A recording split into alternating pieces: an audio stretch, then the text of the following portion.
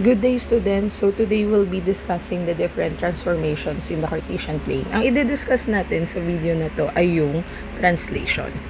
Kapag sinabi mong translation, ang mangyayari doon ay you will move a figure from one location to another. Now, take note na dapat same distance, same direction, and same facing direction pa rin yung ating figure pag minove natin. Yun kasi yung key difference ng translation sa reflection. Kasi kapag reflection, yes, same distance, same direction, pero yung facing direction o kung paano nakaharap yung image, mag-iiba. Kasi pag nag-reflect yung image, mag-i-invert yung facing orientation niya. So, if you have this figure, triangle ABC, and you were asked to translate this triangle ABC using the vector statement, positive 4, negative 6. So, lahat ng points dun sa figure, i-move natin. So, primarily, the vertices of this triangle. So, point A, B, and C.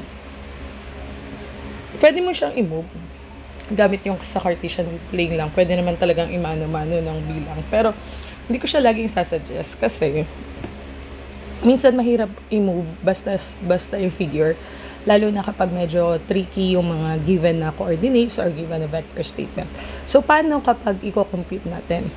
So, if you have coordinates A, B, and C, tapos determine yung ating vector. So, that is positive 4 and negative 6. You just need to add itong mga ito ay para sa x values, ito ay para sa y values. So, to get the value or the coordinates of A prime, you will have negative 6, then positive 4, comma, positive 2, and negative 6.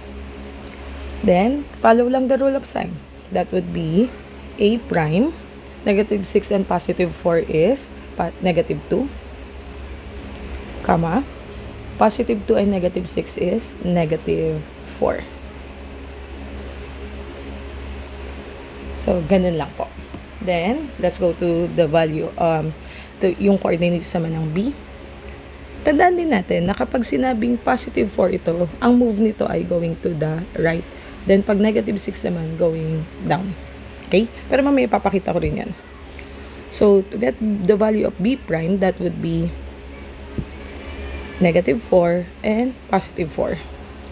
So, that is negative 4, positive 4, comma, positive 5, negative 6.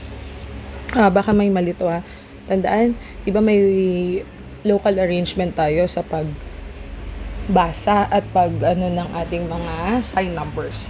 So, negative 4 plus 4 is 0. Then, positive 5 and negative 6 is negative 1. Okay? Then, let's go to the C prime. That is negative 2, positive 4, comma, positive 3, negative 6. So, our C prime now is negative 2 and positive 4 is positive 2. Positive 3 and negative 6 is negative 3. Once na nakuha na natin itong mga coordinates na to, pwede mo na itong i-plot dun sa ating Cartesian plane. So, let me plot it muna. So, na-plot ko na yung mga points. Hindi ko na pinakita kasi medyo haba yung video. I'm expecting na kaya nyo na mag-plot ng points. So, once plotted, connect lang natin yung mga vertices, then meron na tayong triangle A prime, B prime, C prime. Now, ito yung sinasabi ko kanina, na sa totoo lang, pwede mo namang bilangin lang sa Cartesian plane.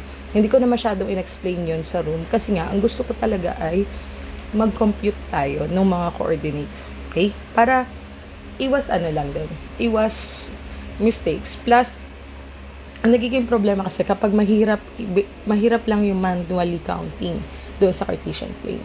Okay? So, paalala lang po na hindi lahat ng mga coordinates pwede natin gamitan ng ganitong strategy or technique. Okay?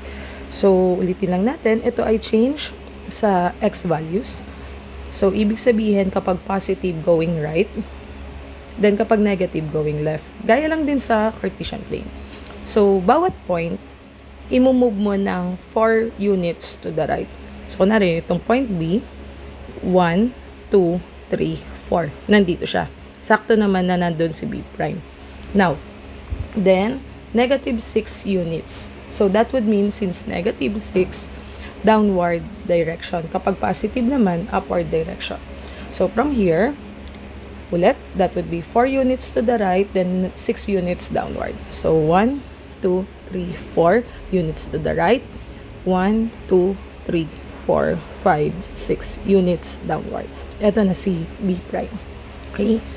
Now, pagka na-plot nyo na yung coordinates, tapos gumamit kayo ng computation, pwede nyo namang gamitin yung technique na to para ma-check kung tama yung computation nyo. So, try natin si A prime naman. That would be 1, 2, 3, 4 units to the right. 1, 2, 3, 4, 5, 6 units downwards po tayo. Okay? C, 1, 2, 3, 4 pa right. Then 1, 2, 3, 4, 5, 6 downwards po. So, ganun mag-translate ng figure.